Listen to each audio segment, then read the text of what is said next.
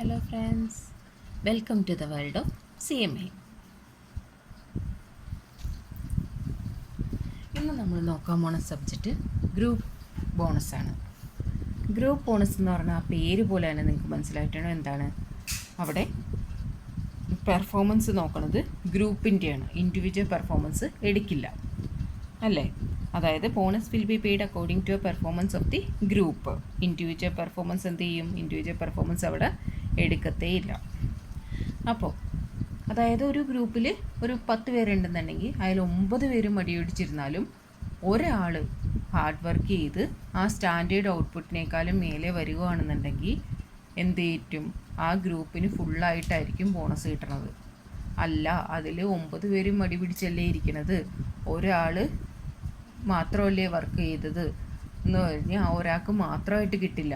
അവിടെ എങ്ങനെയാണ്? ആ ഗ്രൂപ്പിന് ഫുള്ളായിട്ടേ കിട്ടുള്ളൂ.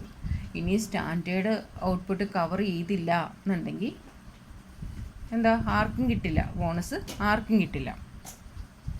അപ്പോൾ അവിടെ വേറെ ഒന്നെന്ന് വെച്ചിട്ടുണ്ടെങ്കിൽ എഫിഷ്യൻസിക്ക് ഇവിടെ ഇമ്പോർട്ടൻസ് ഇല്ല. എഫിഷ്യൻസി നോക്കുന്നില്ല ഇവിടെ.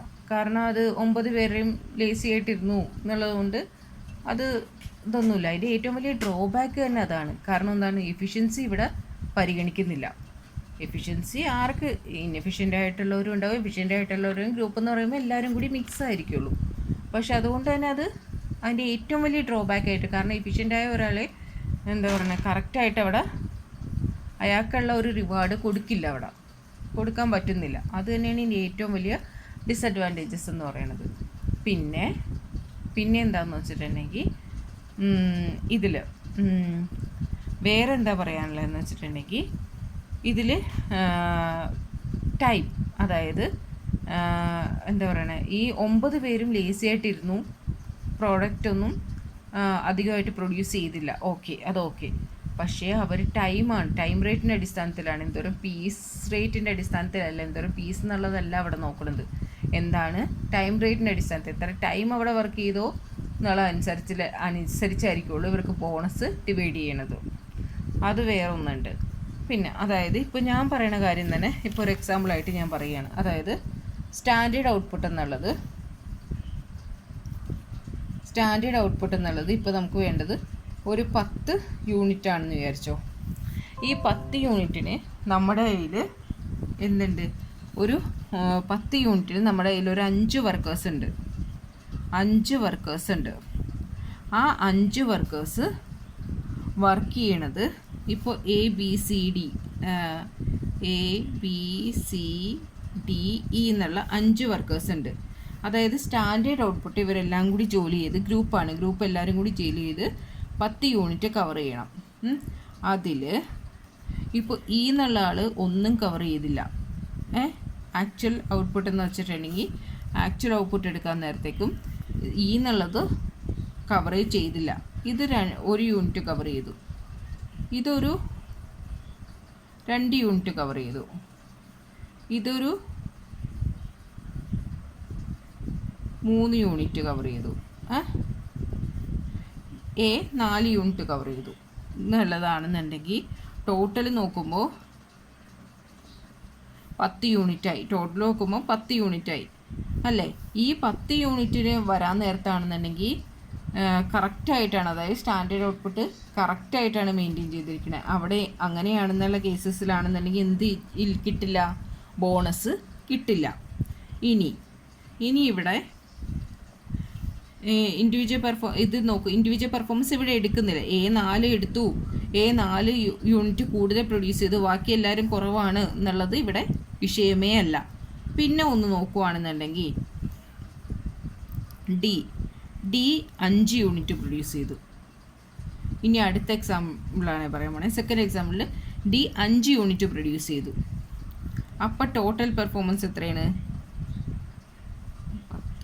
14 യൂണിറ്റോളം പിന്നെ വന്നിട്ടുണ്ട് അല്ലേ. ആ 14 യൂണിറ്റ് പ്രൊഡ്യൂസ് ചെയ്തിട്ടുണ്ടെങ്കിൽ ഇവിടെ എന്തായിരിക്കും? അപ്പോൾ സ്റ്റാൻഡേർഡ് ഔട്ട്പുട്ടിനേക്കാളും കൂടുതലാണ് ആക്ച്വൽ ഔട്ട്പുട്ട്. ആ ആക്ച്വൽ ഔട്ട്പുട്ട് സ്റ്റാൻഡേർഡ് ഔട്ട്പുട്ടിനേക്കാളും കൂടുതലാവുമ്പോൾ അവിടെ എന്താണ്? അവിടെ ബോണസ് ഉണ്ട്. എത്രയാണോ കൂടുതൽ പെർഫോം ചെയ്തത് ആ കൂടുതൽ പെർഫോം ചെയ്തതിന് നമ്മൾ ബോണസ് കൊടുക്കും. അപ്പോൾ ആ ബോണസ് കൊടുക്കുന്നത് എന്തിൻ്റെ അടിസ്ഥാനത്തിലായിരിക്കും? ഇൻഡിവിജ്വൽ പെർഫോമൻസിൻ്റെ അടിസ്ഥാനത്തിലായിരിക്കില്ല, ഗ്രൂപ്പ് പെർഫോമൻസിൻ്റെ അടിസ്ഥാനത്തിലായിരിക്കും. അതായത് ഇൻഡിവിജ്വലിന് എത്ര ടൈം വർക്ക് ചെയ്തു, ടൈം റേറ്റ് അനുസരിച്ചായിരിക്കും കൊടുക്കുന്നത്. ഇവർ എത്ര ടൈമാണ് വർക്ക് ചെയ്തത് എന്നുള്ള അടിസ്ഥാനത്തിലായിരിക്കും.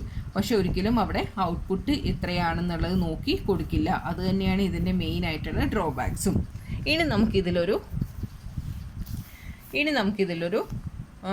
എന്താ പറയുക, നമുക്കൊരു പ്രോബ്ലം ചെയ്യാം. ഈ പ്രോബ്ലം ചെയ്യുമ്പോൾ അതിൽ 21 പ്രാക്ടിക്കൽ പ്രോബ്ലം 21 ഉണ്ട്. ആ പ്രാക്ടിക്കൽ പ്രോബ്ലം 21 ആണ് ഗ്രൂപ്പ് ബോണസിനെ കുറിച്ചുള്ളത്. ശരിക്കും പറഞ്ഞിട്ടുണ്ടെങ്കിൽ ഈ ഗ്രൂപ്പ് ബോണസ് അല്ല, ഇതേപോലെയുള്ള ക്വസ്റ്റ്യൻസ് ഒക്കെയാണ് മാക്സിമം ചെയ്ത് പഠിക്കേണ്ടത്. ഇതേപോലെയുള്ള ക്വസ്റ്റ്യൻസ് ആയിരിക്കുള്ളൂ നമുക്ക് എക്സാമിന് ചോദിക്കാനായിട്ട് 100% ചോദിക്കാൻ ചാൻസ് ഉള്ളത്. പക്ഷേ ഇത് തന്നെ നമുക്ക് പ്രീവിയസ് ഇയറിൽ ചോദിച്ചിട്ടുണ്ട്, ഇതേ സെയിം ക്വസ്റ്റ്യൻ തന്നെ ചോദിച്ചിട്ടുണ്ട്. അതുകൊണ്ട് തന്നെ കെയർഫുള്ളായിട്ട് ഇതിൽ കൊടുത്തിരിക്കണം. അതായത് നമ്മുടെ മെറ്റീരിയലിലുള്ള പ്രോബ്ലംസ് ഡിഫറെൻ്റ് ആയിരുന്നാലും അത് മാക്സിമം ചെയ്ത് പഠിച്ചിട്ട് തന്നെ പോകണം. കാരണം ഇതിൽ തന്നെ ചിലപ്പോൾ ഇതേ പ്രോബ്ലം തന്നെ സെയിം ഫിഗറോടുകൂടി ചോദിക്കാൻ ചാൻസ് ഉണ്ട്, അല്ലെങ്കിൽ എന്തെങ്കിലും ഒരു ചെറിയൊരു മാറ്റം വരുത്തി ചോദിക്കാനായിട്ട് സാധ്യതയുണ്ട്. അതുകൊണ്ട് മെറ്റീരിയൽ പഠിക്കാതെ വേറെ ഏതെങ്കിലും ഒരു ബുക്കിൽ എടുത്ത് ഒരു 100 പ്രോബ്ലം ചെയ്ത് നോക്കണതിൽ അർത്ഥമില്ല. എന്താണോ നമ്മുടെ മെറ്റീരിയൽ, കാരണം എല്ലാം നമ്മളിപ്പോൾ ലാസ്റ്റ് ക്ലാസ്സിൽ കുറച്ച് ക്ലാസ്സിൽ ചെയ്യണ എല്ലാം ഡിഫറെൻ്റ് ആയിട്ട് പ്രോബ്ലംസാണ്. അത് മാക്സിമം ചെയ്ത് നോക്കണതിലാണ് നമ്മുടെ സക്സസ് ഇരിക്കുന്നത്. ഓക്കെ, ഇനി നമുക്കിത് നോക്കാം. ഇനി unit 10 men work as a group. 10 പേരാണ് ഇവിടെ ഗ്രൂപ്പ് ബോണസിൻ്റെ ഇതിൽ 10 പേരാണ് വർക്ക് ചെയ്യുന്നത്. അതിൽ when the production of the group exceed the standard output of 200 pieces per hour, each man is paid an incentive for the excess production in addition to his wages at hourly rate. അല്ലേ? അപ്പോൾ എന്താണ് അത് പറയണത്? എന്താണോ നമുക്ക് എത്രയാണോ, അതായത് ഗ്രൂപ്പിൽ തന്നെ 10 പേരാണുള്ളത്, എത്രയാണോ കൂടുതലായിട്ട് പ്രൊഡ്യൂസ് ചെയ്യുന്നത്, എത്രയാണോ അഡീഷണൽ ആയിട്ട് വരുന്നത്, സ്റ്റാൻഡേർഡ് ഔട്ട്പുട്ടിനേക്കാളും കൂടുതൽ, സ്റ്റാൻഡേർഡ് ഔട്ട്പുട്ട് എത്രയാണ്? 200. അതിനേക്കാളും കൂടുതൽ എത്രയാണോ വരുന്നത് അവിടെ മാത്രമേ എന്തുള്ളൂ? ബോണസ് ഉള്ളൂ. അപ്പോൾ ഇനി അടുത്തത് the incentive is half the percentage. Incentive എന്ന് വെച്ചിട്ടുണ്ടെങ്കിൽ ഹാഫ് ദ പെർസെൻറ്റേജ് ആണ്. എന്തിൻ്റെ? Excess of production over the standard hours BS to a standard production. എന്താണെന്നുള്ളത് മനസ്സിലായോ? അതായത് ഇൻസെൻറ്റീവ് എന്ന് വെച്ചാൽ ഹാഫാണെന്ന് പറഞ്ഞില്ലേ? ഇൻസെൻറ്റീവ് എന്ന് വെച്ചിട്ടുണ്ടെങ്കിൽ ഹാഫാണ്. പിന്നെ എന്താ പറയണത്? Excess production over the standard hours BS to a standard production. അതായത് എന്താന്ന് പറയുന്നത്? Actual output minus standard output divided by standard output. ഇതിലെയാണ് പെർസെൻറ്റേജാണ് കാണേണ്ടത്. അതായത് സാധാരണ എഫിഷ്യൻസി പെർസെൻറ്റേജ് എടുക്കാൻ നേരത്ത് നമ്മുടെ ഫോർമുല എന്താണ്? Actual output divided by standard output in 100. പക്ഷേ ഇവിടെ എന്താ പറയുന്നത്? ആക്ച്വൽ ഔട്ട്പുട്ടിൽ നിന്ന് സ്റ്റാൻഡേർഡ് ഔട്ട്പുട്ട് മൈനസ് ചെയ്തിട്ട് അതിനെ സ്റ്റാൻഡേർഡ് ഔട്ട്പുട്ട് ഡിവൈഡ് ചെയ്തിട്ട് കാണാനാണ് ഇവിടെ പറയണത്. ഇങ്ങനെയാണ് ഇൻസെൻറ്റീവ് ബോണസ് കാണേണ്ടതെന്നാണ് ഇവിടെ പറയണത്. Each man is paid an incentive at the rate of this percentage of wage rate of 2 per hour. ഒരു അവറിന് 2 റുപ്പി വെച്ചാണ്. There is no relation between the individual workman's hourly rate and the bonus rate. Individual പെർഫോമൻസിന് ഒരു ഇതുമില്ല. ഇനി week the hours worked are 500 hours. Hours work ചെയ്തിരിക്കുന്ന 500 അവേഴ്സാണ്. Total production 1,20,000 unit ആണ്. Total production എത്രയാണ്? 1,20,000 യൂണിറ്റ്. 1,20,000 യൂണിറ്റ് എന്നുള്ളതാണ് എന്ത്? Actual output. 1,20,000 യൂണിറ്റ് എന്നുള്ള ആക്ച്വൽ ഔട്ട്പുട്ടാണ്. 500 അവേഴ്സ് എന്ന് മാത്രം എടുത്താൽ പോരാ. പക്ഷേ അതിന് എത്രയാണ് സ്റ്റാൻഡേർഡ് ഔട്ട്പുട്ട് കാണാനായിട്ട്? 500 അവേഴ്സിൽ 200 പീസസ് പെർ അവറിന് 200 പീസസ് ആണ്. അപ്പോൾ 500 അവേഴ്സ് ഇൻറ്റു 200. അപ്പോൾ 200 നോക്കുമ്പോൾ അത് കിട്ടുന്നതാണ് എന്ത്? Standard output. ഓക്കെ, അപ്പോൾ ആക്ച്വൽ ഔട്ട്പുട്ടും കിട്ടി, സ്റ്റാൻഡേർഡ് ഔട്ട്പുട്ടും കിട്ടി അല്ലേ? ഇനിയിപ്പോൾ നമുക്കത് ഫോർമുലയിലേക്ക് അപ്ലൈ ചെയ്യണം എങ്ങനെയെന്ന് നോക്കാം.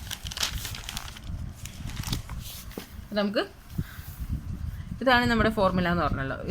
ഇതിൽ കൊടുത്തിരിക്കുന്ന ഫോർമുല ഇത് പ്രകാരം നമ്മൾ കണ്ടുപിടിച്ച ഫോർമുല. ഓക്കെ, ക്വസ്റ്റ്യൻ പ്രകാരം നമുക്ക് കിട്ടിയ ഫോർമുല. അതിൽ ആക്ച്വൽ ഔട്ട്പുട്ട് എത്രയെന്ന് ഇപ്പോൾ കിട്ടിയത്? Actual output 1,20,000 minus standard output എത്രയെന്ന് പറഞ്ഞാൽ 500ന് 200 യൂണിറ്റ് പെർ അവർ അല്ലേ? അത് ഡിവൈഡഡ് ബൈ സ്റ്റാൻഡേർഡ് ഔട്ട്പുട്ട് വരുമ്പോൾ 500 ഇൻറ്റു 200 അതിനെ ഇൻറ്റു 100 ചെയ്യണം. അതാണ് ഇതിൽ പറഞ്ഞത്. ഇനിയിപ്പോൾ ഇത് ഇൻറ്റു ചെയ്യാൻ നേരത്തെ എത്ര കിട്ടുമെന്ന് അറിയാമോ? 500 ഇൻറ്റു 200 എന്ന് പറയുമ്പോൾ തന്നെ 1,00,000 വന്നു. അപ്പോൾ 1,20,000 മൈനസ് 20,000 ഡിവൈഡഡ് ബൈ 1,00,000 ഇൻറ്റു 100 1/2. അത് എത്ര വരുമെന്ന് അറിയാമോ? അത് ഏകദേശം 10% വരും. ഓക്കെ, 10% വരും. ഈ 10% അതായത് ഇനി ഇപ്പോൾ ഒരു ഗ്രൂപ്പ് ബോണസിൻ്റെ പെർസെൻറ്റേജാണ്. ഈ 10% എന്നുള്ളത് എന്താണ്? ഗ്രൂപ്പ് ബോണസിൻ്റെ പെർസെൻറ്റേജാണ്. ഗ്രൂപ്പ് ബോണസ് എത്രയാണോ അതിൻ്റെ പെർസെൻറ്റേജാണ്.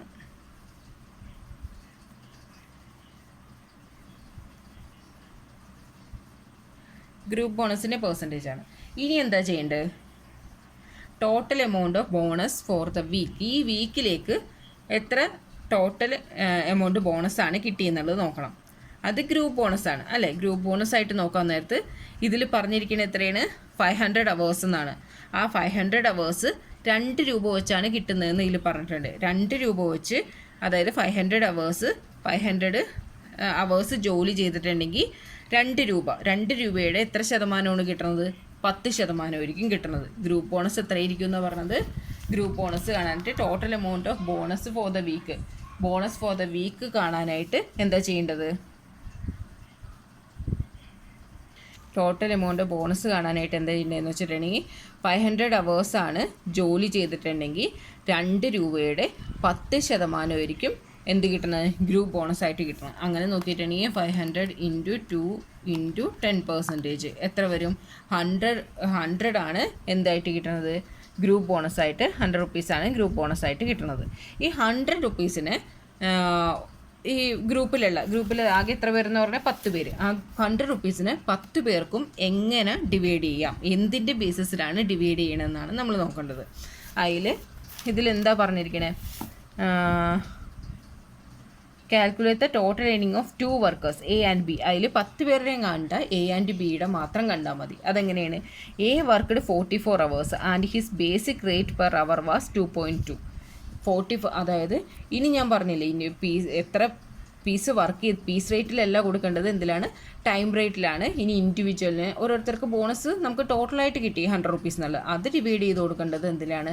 ടൈം റേറ്റിലാണ് ഡിവൈഡ് ചെയ്ത് കൊടുക്കണം. ആ ടൈം റേറ്റിൽ ഡിവൈഡ് ചെയ്യണതിനാണ് ഇവിടെ കൊടുത്തിരിക്കുന്നത്. 44 hours ആണ് അതിൻ്റെ ബേസിക് റേറ്റ് 2.2 ആണെന്നുള്ളത് കൊടുത്തിരിക്കുന്നത്. അപ്പോൾ നമുക്ക് വർക്കർ എയുടെ എങ്ങനെ കാണാം? വർക്കർ എയുടെ എങ്ങനെയാണ്? 44 hours എന്ന് കൊടുത്തിട്ടുണ്ട്.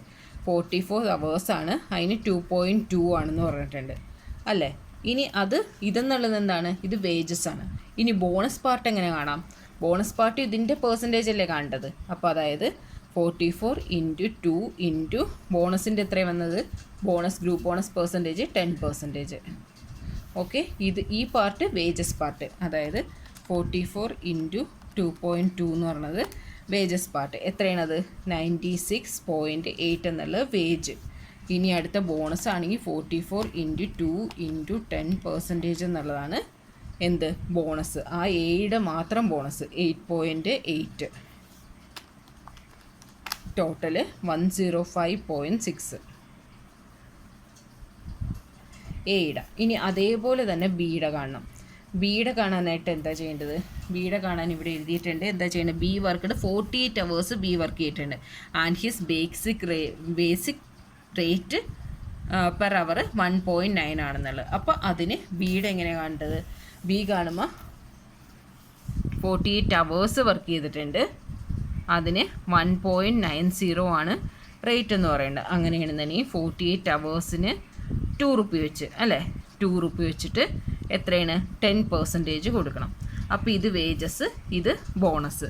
48 hoursന് 1.9 വെച്ച് കൊടുത്താൽ 91.2 എന്നുള്ളത് വേജസ്. ഇനി അതിൻ്റെ ബോണസ് 48 ഇൻറ്റു 2 ഇൻറ്റു 10%. എത്രയാണ്? 9.6 എന്നുള്ളത് ബോണസ്. അതിൻ്റെ കൂടെ ഇത് ടോട്ടൽ ചെയ്തിട്ടുണ്ടെങ്കിൽ ടോട്ടൽ ഏണിങ്സ് എത്രയാണ്? 100.8 ടോട്ടൽ ഏണിങ്സ് എയുടെയും ബിയുടെയും. 100.8 105.6 total earnings. Okay, total bonus 100 rupees.